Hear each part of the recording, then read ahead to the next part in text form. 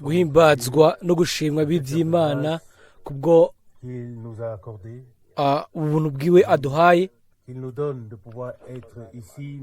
kuba turi hano dukoranye imbere y'inyonga ziwe kugira ngo tumusenge tumuhimbaze. Imana ishobora kutugirira ubuntu kuri uyu mugoroba kandi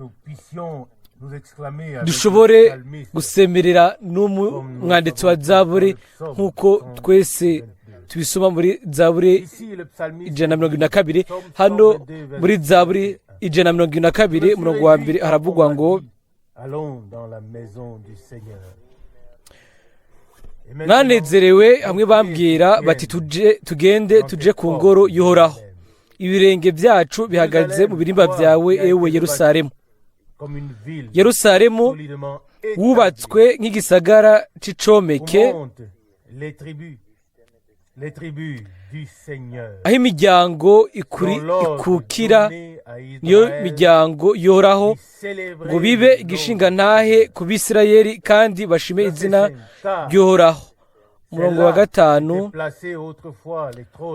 kuko ariho batereka intebe z'imanza, intebe z'ab'inzu ya Dawidi. Umurongo wa 6, nimusabire Yerusalemu amahoro, abagukunda batotahare. Umurongo w'7, amahoro abe imbere mu nzitiro zawe, itoto ribe mu ngoro zawe. Ku bwa bene data n'abagenzi banje ndavuga, nta mahoro abe muri wewe. Ku bw'ingoro y'Uhoraho Imana yacu nzokwendeza ibyiza. Amen. Iyi zaburi turayizi twese, yego twese turayizi. Mbega ni kangahe twayisomye? Igihe dusoma ubutumwa bwa Mwene Data Branham afatira kuri ino jambo n'umunezero, agashaka kuba aho ubwoko bw'Imana buri, umunezero wo kuba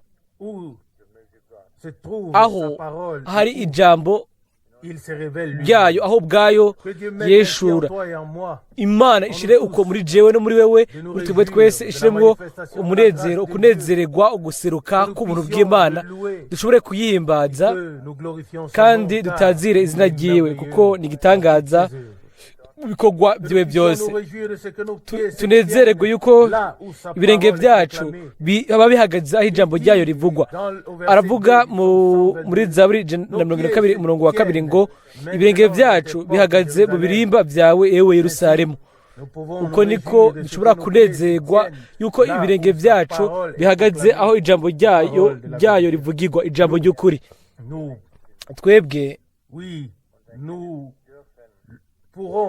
Twebwe dushobora kubibona tukamenya yuko ubuntu twahawe, amahirwe twahawe yo kumva ijambo ry'ukuri, kandi turabizi nk'uko umwanditsi wa zaburi abivuga hano, avuga yuko imiryango yose y'Abisirayeli yari igenewe ikukira kujayo, canke ngo igende ihimbarizeyo izina ry'Uhoraho, ngo bashime izina ry'Uhoraho, ngo bibe igishingantahe gihabwa Abisirayeli. Natwe turashaka kumuhimbaza kubwo amahirwe yaduhaye, kubwo aduha ikibanza ico dushobora kumuhimbarizamo tukamusenga. Reka duhaguruke kugira ngo dusenge.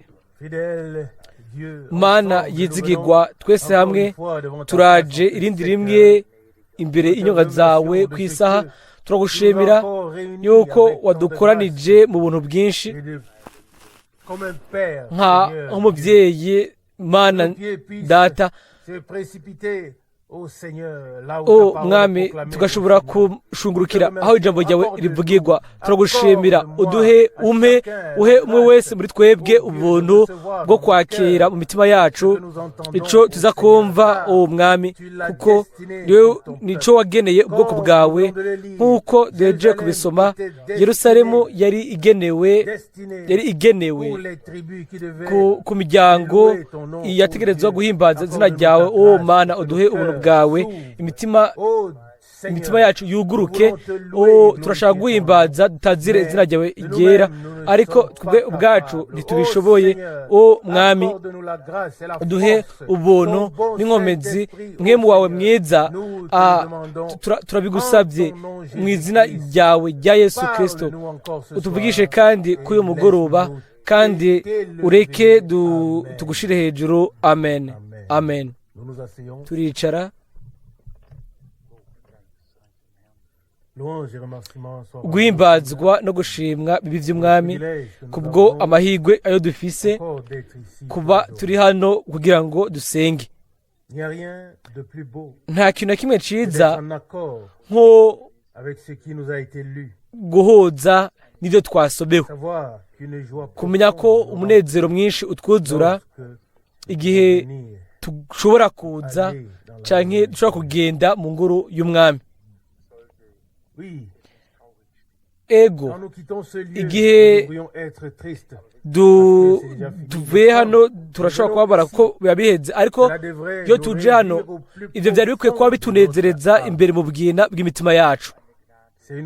Ni ubuntu, ni ubuntu gukorana imbere y'inyonga z'Imana. Muri buno butumwa Mwendata Branham yavuze ngo nokunze kubama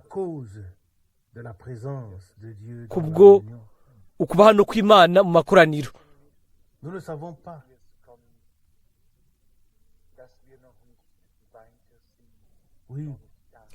Ego, ntituzi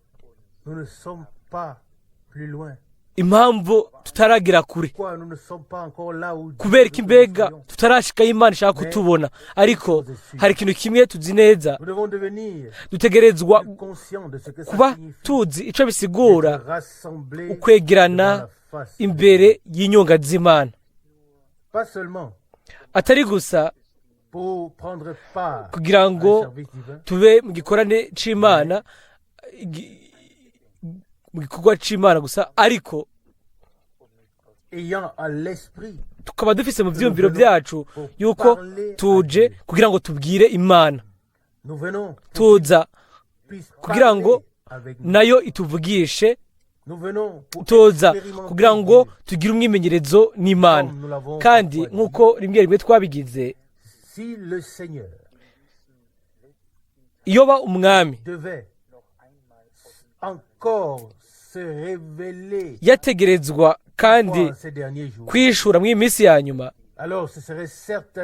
aho rero nta nkeka ni hagati muri abo bamwizeye neza, ni hagati muri abo bamwizeye uko babishoboye,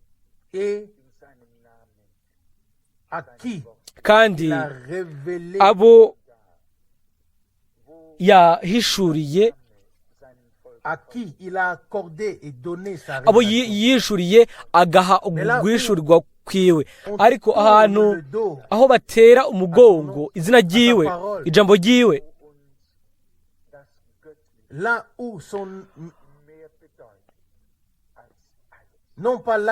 atari aho batera umugongo ijambo ryiwe n'izina ryiwe, ariko aho izina ryiwe ari ry'igiciro ku bwoko bwiwe, aho ijambo ryiwe ari ry'igiciro, aho igikorwa ciwe ari c'igiciro, aho ikintu c'Imana kiba ari cyangombwa gusumba ibindi byose bya no kw'isi. Turabizi yuko umwami yaradukunze mu buryo bwimbitse. Urukundo rw'Imana si urukundo rw'imirenzaho, ni urukundo rw'ibwina ruhoraho rw'Imana ubwo twakunzwe.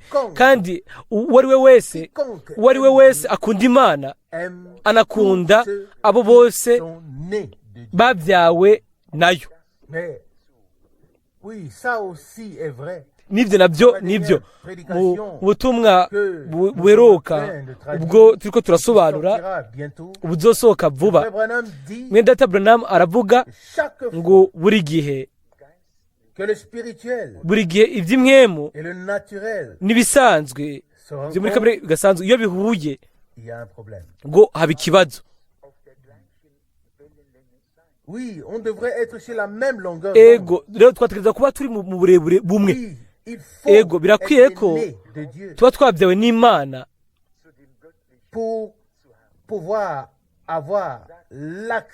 kugira ngo dushikire ibintu by'Imana. Umwami muri iyo mvugo avuga ngo umuntu w'inyama gusa n'amaraso ntatahura ibintu bya mwemu. Abikorino ba mbere 2:14. Umuntu atavutse ubwa kabiri ntashobora kubona ubwami bw'Imana.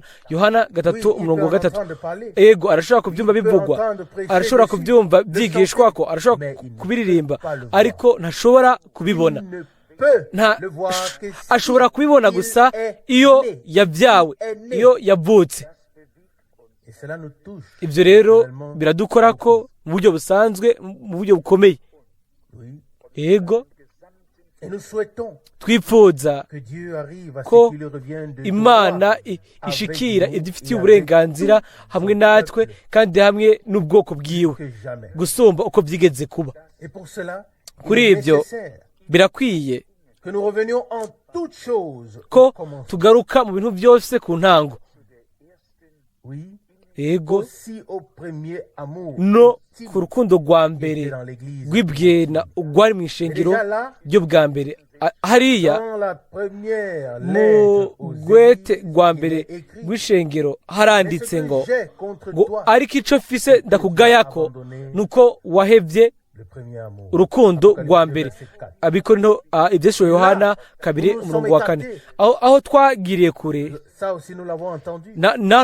n'ibyo twarabyumvise, aho twagiye ku ruhande dutegerezwa kugaruka. Imana itegerezwa gusubira kwiyumva iguwe neza hagati muri twebwe. Umuntu azi inzira yo kubigira ko, aho rero twese twategerezwa kumva ukuntu dushikira intumbero. Ndiyumvire ko nk'ubwa mbere dutegerezwa twese ubwa mbere kunezerwa, tunezererwa ugucungurwa kwacu. Ubushizi bw'amanga yuko twababariwe byategerezwa kunezereza uwo ari we wese yatsindishijwe agatsindwa. Ntaco bitwaye ibintu biba bidukikije hirya no hino. Nategereje kwiyumvira ku byo mwene data Rus yavuze cyangwa yagiye aravuga muri kahise ku biraba Paulo na Sila bari mu ibohero.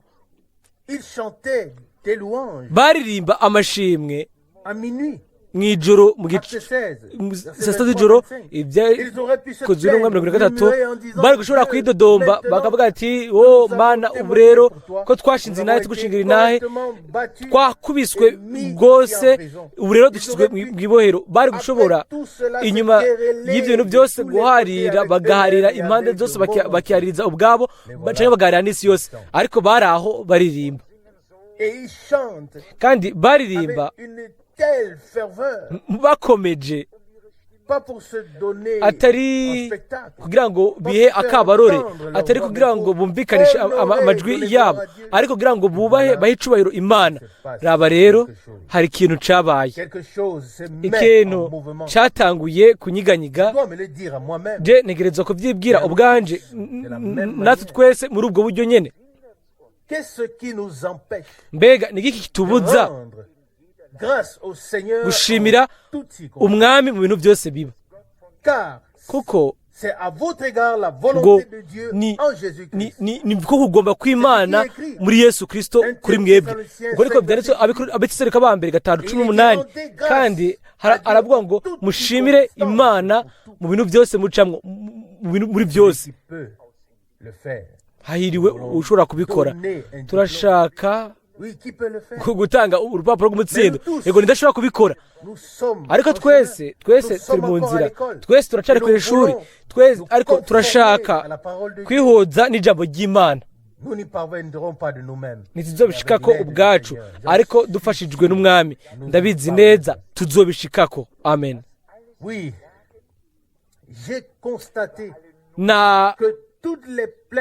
nabonye ko ibyo kwitodomba byose biraba umubabaro, kubabazwa, ibintu byose bidutsitaza, ahubwo bigwaza, nta bufasha na bumwe bizana, yaba widodomba, yaba abumviriza iyo myidodombo. Murabizi kera namye niyumvira yuko abantu bashaje igihe bari hamwe umwe wese yitodomba yidogira indwara yiwe, ariko ibyo nta n'umwe byafasha muri bo, byose byaguma nk'uko biri, kandi rimwe rimwe mu buryo bimwe dukora ibyo bintu ugene turidoga, hanyuma nta muntu n'umwe, nta uko ibintu biba bimeye umuntu, nta n'umwe byateye imbere ngo bibe byiza biciye mu bwo kwidodomba, ahubwo iryoshanje n'ibyo tubandanya gucokera mu mubabaro ukomeye, hanyuma tugatakaza umunezero wacu mu mwami. Oya, ntidutakaza umwami, dutakaza umunezero, kandi umunezero mu mwami wacu nizo nkomezi zacu. Nehemiya 8:10. Hariho imirongo ya Bibiliya iyo rimwe rimwe dusoma tudasomye, iyo tuyihweje neza turayibira hafi, hakaba harimwo ukuri kwibwirana mw'iyo mirongo ya Bibiliya, iyo twese dutegerezwa kumviriza, iyo twese dutegerezwa gufata nkama niba dushaka kunezerwa. Umunezero mu mwami nizo nkomezi zacu. Ego turashobora kubivuga, ego iyo turi mu mubabaro ukomeye, hanyuma ibintu byose biba bidasanzwe n'ibindi, ego none umwami apana iki n'ibyo, ni nta kibi na kimwe aradukorera gushika uyu munsi. Rero inyifato yacu imbere yiwe yategerezwa kuba ari nziza mu bintu byose ducamwo mu buzima, ibyoshika byose, ibyoza byose, ego dutegerezwa kureka tukabibwirwa irindi rimwe burundu. Ego kumbure kwidodomba gato, kazi kanje hari ibi hari na biriya, ego no kuyundi nawe hose hariho ibintu ibyo tubona mu buryo butandukanye mu minsi yose, kandi dushobora kunegura. Abashaka kubyitwararika twubaha amasaha munsi w'amasaha 50, ko amasaha 80 ntakwiriye, ariko ibyo byose nta kintu kimwe bimara, ahubwo nk'igoshane ibyo biratubabaza, ibyo bikaduca intege. Aho rero hari ibintu bibiri, hariho umubabaro uva ku Mana uvugwa ngo nta n'umwe wicuza. Umubabaro uvuye ku Mana bivanye n'imero yacu y'imwemu, hanyuma tukaramura amaso ku mwami kugira ngo ahindure iyo mero, afashe. Nico gituma turi hano k'uyu mugoroba, atari kubera yuko tumaze kuronka byose, ariko kubera yuko tuzi ko Imana ifise ibyo byose dukeneye. Amen. Kandi ibyo tubitahuye, ibyo tubitahuye yuko Imana ifise ibintu byose dukeneye, nanjye nategerejwe kubyumvira ko guhera kwa Mungu mu gatondo yari bumwe mu butumwa bw'inkomezi ubwashoboka. Byarangoye kwifata uburyo bukomeye, bwaramfashe imbere muri jewe.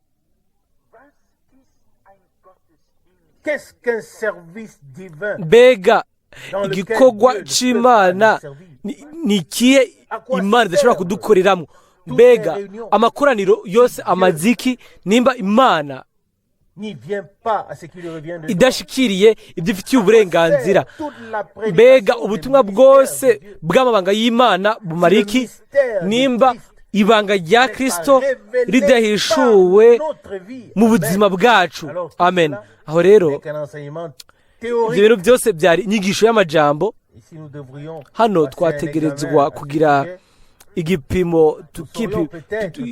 kuri ibyo bintu byose kumbure ibyo bintu byose tukabimenya ariko mbega mu bikorwa bimeze gute twabyumvise mw'ayo majambo hano muri Zaburi 122 umurongo wa mbere ngo naranezerewe hamwe bambwira bati tugende tuje ku ngoro yoraho turabibona uyu munsi hagati mu bwoko bw'Abisirayeli abayuda igihe basomye Zaburi nk'iyi mwene data wacu Gegle nawe yigeze kwivuga rimwe igihe basoma iyi Zaburi bagira amosozi mu maso n'uyu munsi iyo umuyuda by'ukuri yubaha Imana igihe yumviriye ku rusengero icifuzo kiba mu mutima wiwe cibwiye na gikomeye gihambaye bikamurengera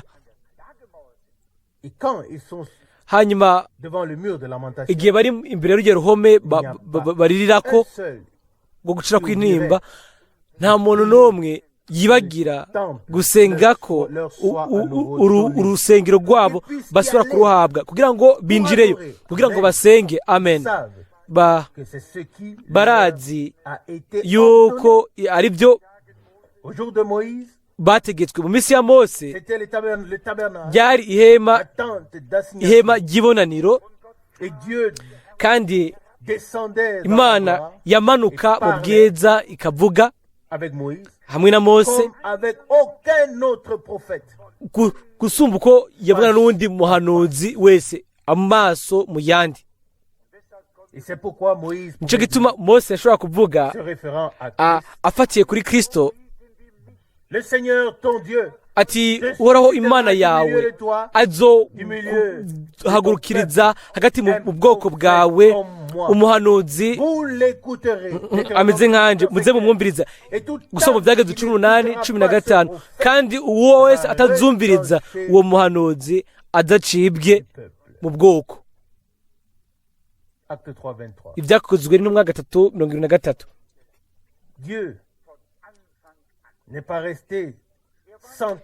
Imana ntiyasigaye atagishinga ntahe yagendagenze mu itungo rya Edeni mu gihe cy'umugoroba ikagendera Adamu na Eva mu itanguriro ishaka kutugenderera natwe turabizi yuko ico kiraro carashizweho ariko ni twebwe abo gushirayo gushaka ibirenge tukajabuka narabivuze hano aheze iminsi mike inzira y'Imana si umuyoboro w'uruhande rumwe gusa rugendwa ariko hari uruja n'uruza Imana yaciye bugufi gushika idushikiriye itugira ubuntu kugira ngo twebwe dushobore kugenda tuduge kuri iyo amen ibyo byose ni iby'igiciro ariko none ibyo bigaragara gute mu buzima bwacu bwo kwizera mu buryo bw'ibikorwa iyo dufashe ibyanditswe byera mu by'ukuri tukayifata nka nkama kandi dutegereza kubikora aho rero kuba uwizera bisaba mu by'ukuri ukwemeza kuva ku Mana inyishu iva ku Mana atanyishu iva ku Mana y'indengakamere nta nyishu tuba dufise kandi inyishu yawe n'inyishu yanjye ntaco izo kubarira yaba jewe yaba wewe nico gituma mbere kubiraba ibitangurira Pasika ntibijanye no kuba ari umunsi mukuru tugomba kurindahaza twambaye costume nshasha ishati nshasha karavati nshasha canke impuzu zishasha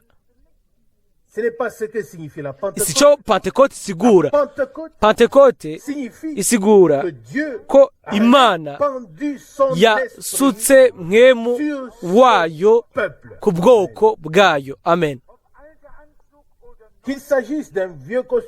yaba ari costume ya kera canke ari impuzu nshasha ibyo si byo bintu nyamukuru ariko ni inyishu y'Imana. Amen.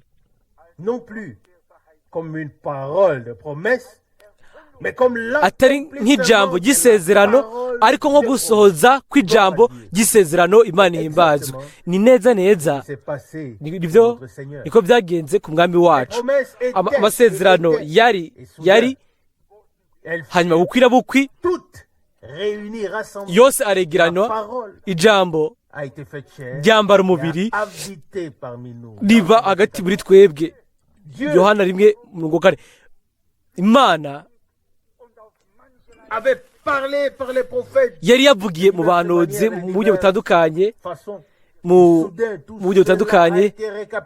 Ibyo byose biraza biregeranywa, hanyuma mu minsi ya nyuma yatuvugishirije mu mwana wayo. Abaheburayo 1:1 n'2, igice cya mbere. Hanyuma haba gucungurwa, hanyuma araduga mu bwiza.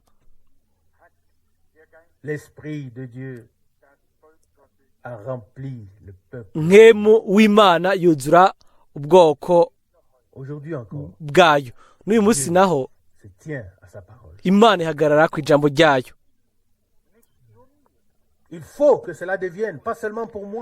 Ibyo bikwiye kuri twese kuba, ibyo birakwiye ko biba ibikenewe by'ukuri. Ubwa mbere tukagira uguhindukira kwa Bibiliya, ukuvuka ubwa kabiri kwa Bibiliya, umubatizo wa Mpwemu Yera. Ibintu byose dusoma mu byanditswe byera, ibyasezanijwe abizera, dushobore kubigiramwo umwimenyerezo tukabyakira. Amen. Nk'uko abo bwa mbere byari bimeze. Bitameze nk'uko, ntidushobora kuzoba ishingiro rya Bibiliya. Ego turashobora kuzana tugashikiriza ibyo ngene bishobora kuba bisa, ibintu byose bishobora kuba bigaragazwa nk'ibikorwa, ariko n'ubundi ibyo bari ibintu biri mu majambo gusa. Ariko Imana ishobora kutugira abantu bayizera n'imitima yabo yose, kandi bakagira icizere n'imitima yabo yose. Amen. Nk'uko twabyumvise kenshi, Imana n'ijambo ryayo birabereye kwizegwa, kuko uko niko byanditswe. Imana si umuntu kugira ngo ibeshe.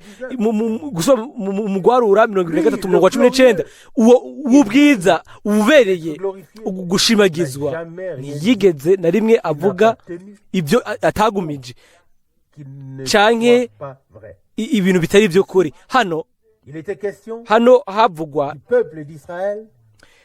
ubwoko bwa Isirayeli, qu'il puisse rendre dans la maison de Dieu à Jérusalem. Baja mu ngoro y'Uhoraho Yerusalemu, kandi aho niho ubwoko bwose bw'umwami bwaje. Mbega iki niki dukora ko muri ibyo? Hano ntihanditse ngo imiryango yose y'Abisirayeli, ariko handitse ngo imiryango y'Uhoraho. Ni kuvuga abo bose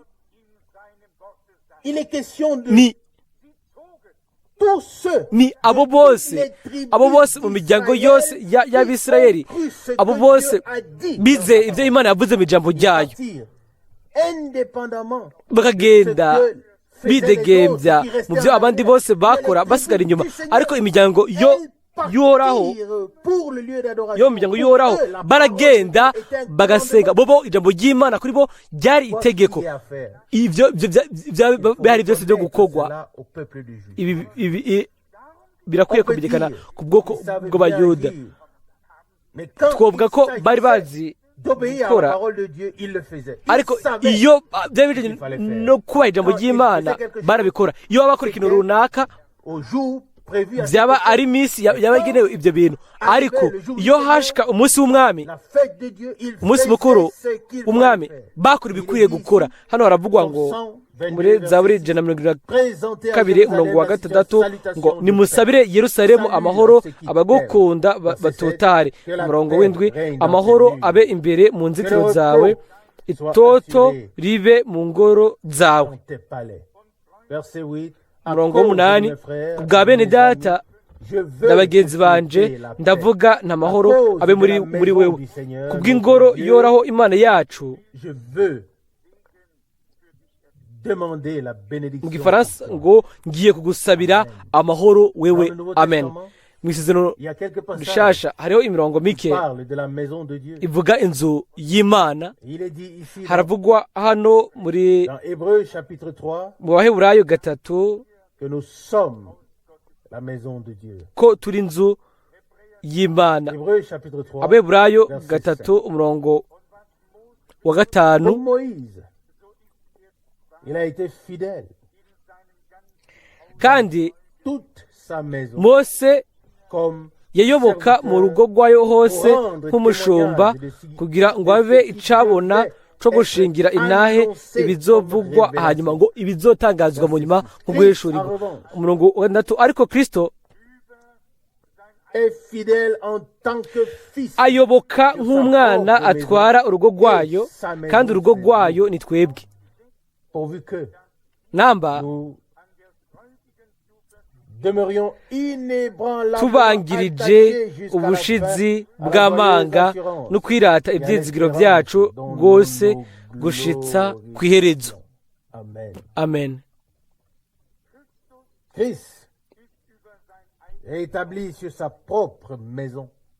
Kristo ayoboka nk'umwana atwara urugo rwayo bwiwe, kandi urwo rugo rwayo ni twebwe. ubwo ariko twasomye, kandi ishengero naryo rigereranywa n'igisagara Yerusalemu.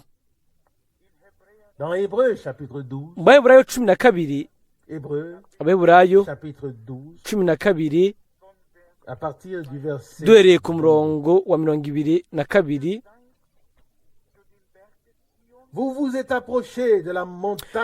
ariko mwegereye umusozi Siyoni n'umugwa w'Imana nzima, Yerusalemu ho mu ijuru. amen. n'ikoraniro rikuru ry'isinzi ry'abamarayika, n'ishengero ry'abana b'imfura banditswe mu ijuru. mwegereye n'Imana umucamanza wa bose, n'imwemu z'abagororotsi batunganijwe rwose. mwegereye na Yesu umuhuza ahesha isezerano risha. mwegereye n'amaraso acucagirwa avuga ibyiza kurusha aya Abeli. natwe twegereye, twaje mu nzu y'Imana, muri Yerusalemu musha, igisagara c'Imana. Pawulo arabisigura mu gice c'Abigalatiya igihe avuga agereranya Hagari na Sara. ego igihe avuga Yerusalemu uri mu bunyagano na Yerusalemu yindi yidegembya niyo yo mu ijuru, iyo tufisemwo umugabane. hano aravugwa muri Galatiya 4:26 ariko Yerusalemu wo hejuru niwo mugore bwite, niwo mama wacu ngo ni aridegembya. twegereye igisagara c'Imana, ntituri Abisirayeli bano ku isi, ntituri urubyaro rwa Aburahamu mu mubiri, ariko hasezeraniwe Aburahamu mu rudende ngo mu rubyaro rwawe. Abigalatiya 3:16. kandi urwo rubyaro ni Kristo, kandi biciye kuri uyo niho twese twahezagiriwe. murazi neza ijambo, murazi neza iryo jambo. rimwe rimwe birangora, kuko rimwe rimwe bafise insobanuro y'icongereza mu vyumviro. hano mu Bigalatiya 3 Oui, ça se trouve ici à droite, ego dans biri hano iburyo bwanje muri Bibiliya haravugwa muri Galatiya 3 umurongo wa 16 les ngo promesses ont été nuko faites à Abraham. Aburahamu niwe yasezeraniwe amasezerano bo n'urubyaro rwiwe. Il n'est pas dit Ntiyavuze aux iti postérités imbyaro au pluriel. nk'uvuga benshi, yamara Il est fait référence à un seul yavuze nk'uvuga umwe, et à ta iti postérité, n'urubyaro rwawe, c'est-à-dire bisigurwa ngo Christ. ni go Kristo. Nous l'avons ici. Hano turabifise, Ici, nous avons affaire au Hano commencement de la création divine. dufise inkomoko y'ibyaremwa n'Imana, inkomoko y'urubuto rw'Imana, dufise ibyo dukora n'ijambo ry'isezerano ryambaye umubiri. Twese turi Oui, engendré, né de la twavutse, parole de twabyawe Dieu et n'ijambo par l'Esprit de Dieu de ry'Imana, la même kandi namwe manière. mu w'Imana mu buryo bumwe.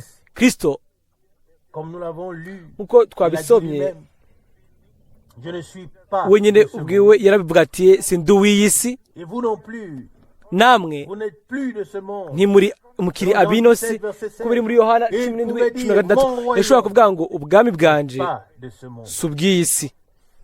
Sinon, Bitabaye uko, si mon royaume, yaba ubwami bwanje bwari ino si, mes serviteurs combattaient pour moi. abasabyi banje Il a apporté bungwaniriye. un royaume céleste Oya, et divin. yazanye ubwami bw'ijuru kandi bw'Imana. Tuvuze mu ncamake Où saisissons canke comment Dieu a dufashe donné ingene Imana la promesse à yatanze la postérité isezerano naturelle.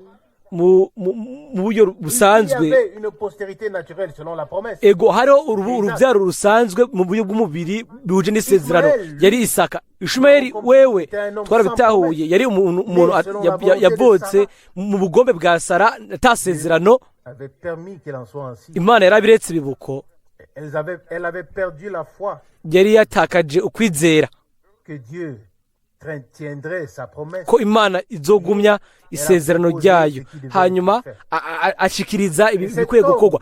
Hanyuma uwo mugabo Ishumayeli, Comme le dit la Bible, nk'uko Bibiliya ivugwa ngo yari ameze nk'indogoba y'ishamba. Itanguriro 16:12, nta muntu n'umwe yashobora kumugonda, bose bamugwanya nawe agwanya bose. les choses n'étaient jamais Ibintu comme elles ntibyigeze bimera nk'uko byategerezwa kuba, mais avec Isaac, c'était le contraire. ariko hamwe na Isaka byari bitandukanye. Un fils de la promesse Umwana qui w'isezerano, était né nubwo selon la chair. yavutse mu mubiri, Et c'est ku pourquoi by'umubiri, nicyo gituma Imana yavuze en Isaac, iti muri Isaka ta postérité, ta urubyaro descendance rwawe, sera bénie. urubyaro rwawe ruzohezagirwa. Ismaël et tous les fils des Itanguriro, autres femmes d'Abraham Ismaeli hamwe n'abandi bose bana bavutse ku bagore ba Aburahamu bahawe impano. ont été faits, Ego mais bahawe impano, ariko l'héritage, c'est Isaac. iragi ni Isaka yarironse. Mbega n'abantu bangahe muri kino gihe Reçoivent des dons de Dieu. bahabwa impano n'Imana? Oui, remercié soit Dieu pour Ego tous les dons. Imana ishimigwe impano zose, ariko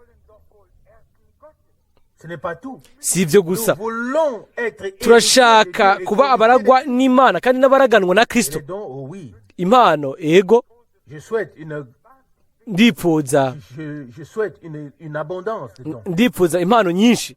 Que serait-ce si ce qui est aussi écrit se réalisait? Ibyanditswe Peuple se bisohoje rassasiera de mes ngo dons de bénédiction. abantu banje bazohazwa n'imigisha y'impano zanje. Mbega nuko byanditswe, ndashobora kubyibuka, ndabyizigira, J'espère ndiyizera ko que nous lisons tous ou que nous avons twese tous lu la dusoma cyangwa ko twasomye Bibiliya. Bible. Isaac Isaka était l'héritier yari légitime umuragwa parce qu'il mu était mategeko, né kuko conformément à yari la promesse yavutse divine. bihuje n'isezerano ry'Imana. Kristo L'héritier légitime umuragwa nyawe bikwiye by'amategeko, kuko yavutse bihuje n'isezerano.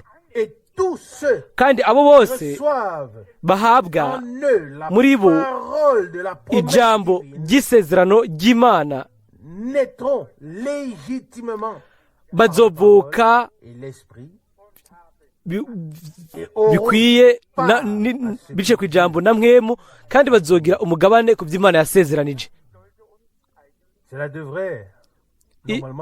Ivyo mu bisanzwe byategerezwa kutunezereza bikadusunikira ku gusenga, kuko turizera ko turi abahungu n'abakobwa babyawe by'ukuri n'Imana, kandi ntitubyizera gusa kubera yuko dushaka kubyizera, tubyizera bishingiye ku ijambo ry'Imana, kubera yuko turizera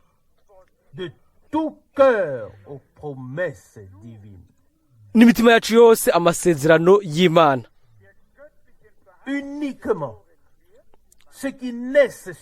Gusa ikibyawe bifatiye ku ijambo canke ku masezerano canke mu buryo bw'imwemo, nabo gusa nibo bashobora kwizera amasezerano y'ijambo. Abasigaye nabo bazoca ku ruhande.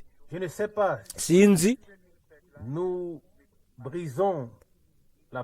nimba tumanyugura ijambo tukagereranya na Mariya yizeye umwami. Mariya rwari urwabya,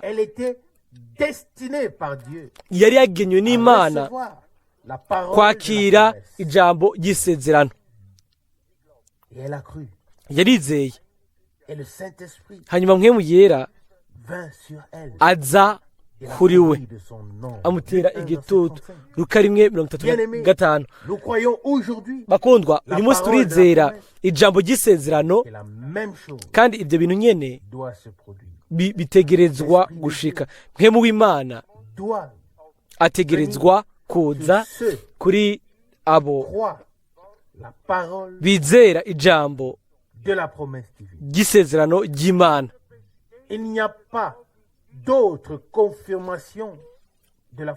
Nta kundi kwemezwa mu kwizera. Kukwizera tugomba kubitahura rimwe kandi burundu. Mariya yari gushobora kuvuga imyaka 100 ngo ndizera kandi ndi umusugurano w'Imana nzima, bikoreke nk'uko ijambo ryawe riri, ariko nta kintu kimwe cyari kuba. Iyo dore ko byamaze iki, ariko aho hizeye, aho abantu bizeye, hari ikintu kiba. Imana iratabara, ijambo ryambara umubiri, ijambo riba iry'ukuri riragaragara.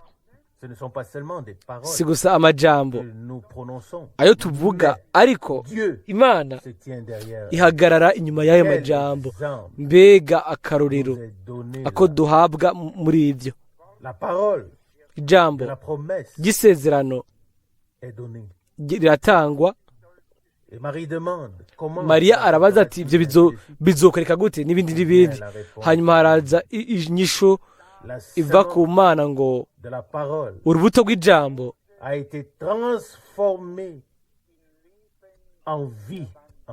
rwahinduriwe nk'ubuzima muri we, rwahinduriwe mu buzima muri we, ubuzima bw'Imana. Bakundwa, ijambo ry'Imana ni mpwemu kandi n'ubugingo, ariko ijambo ritegerezwa kubyagwa riza mu buzima biciye kuri Mpwemu Yera. Nta kundi kuntu byogenda. Ndiyumvira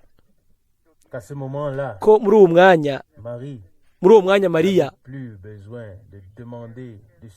ntiyarakeneye gutakamba, kugwana, ukwizera. Ego niko kwakoze igikorwa. Imana ibonye umutima wawe n'umutima wanje,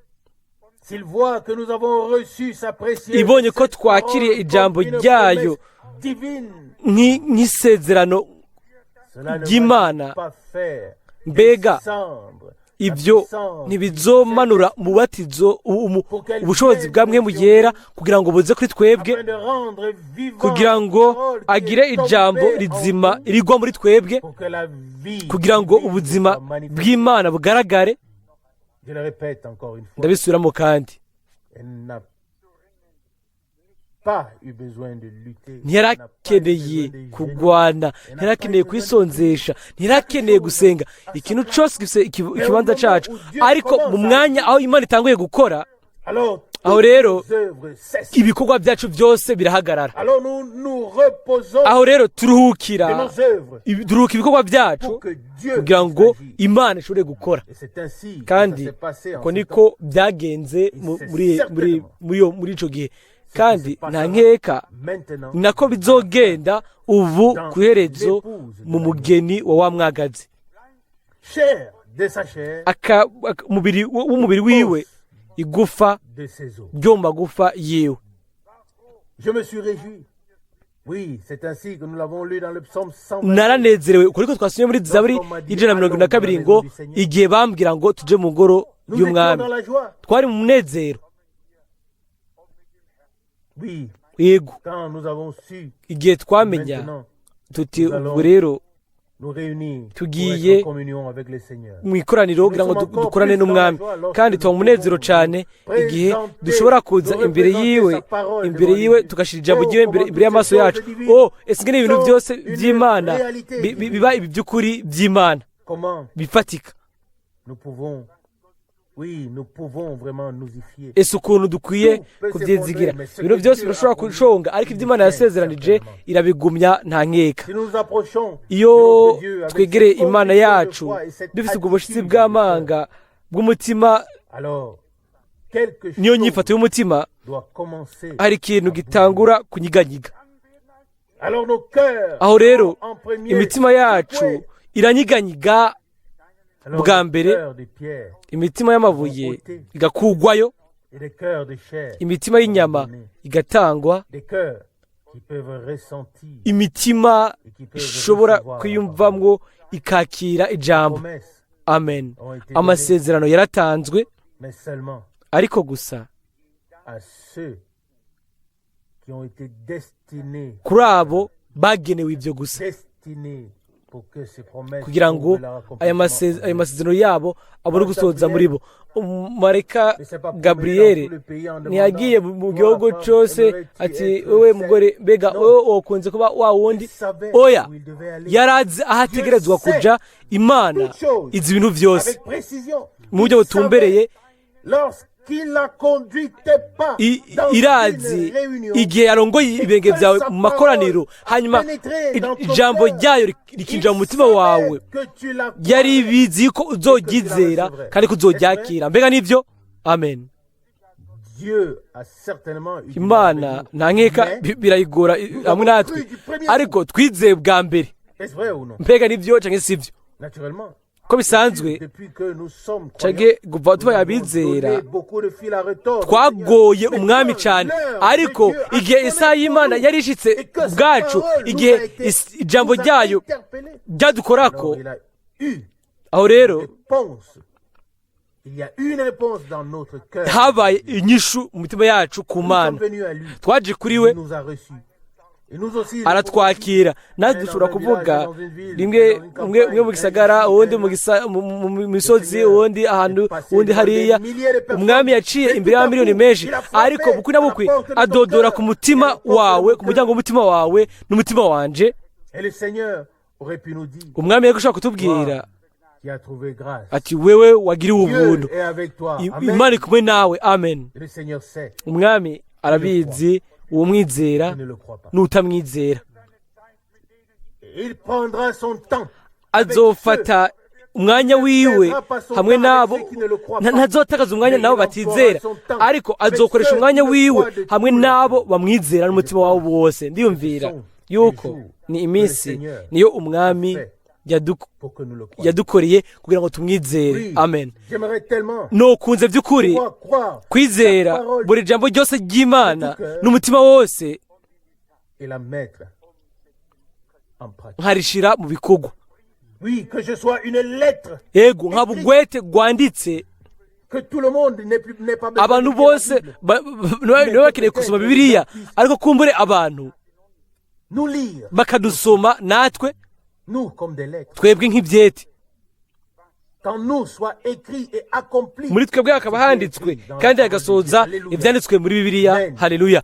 amen. Je me suis réjoui. Naranezerewe zaburi 122 umurongo wa mbere. Naranezerewe igihe bambwira ngo tujye mu ngoro yoraho, tugende i Yerusalemu ahari intebe y'urubanza, ikibanza ico Imana yari yaracaguye, igisagara ca Dawidi, igisagara c'umwami,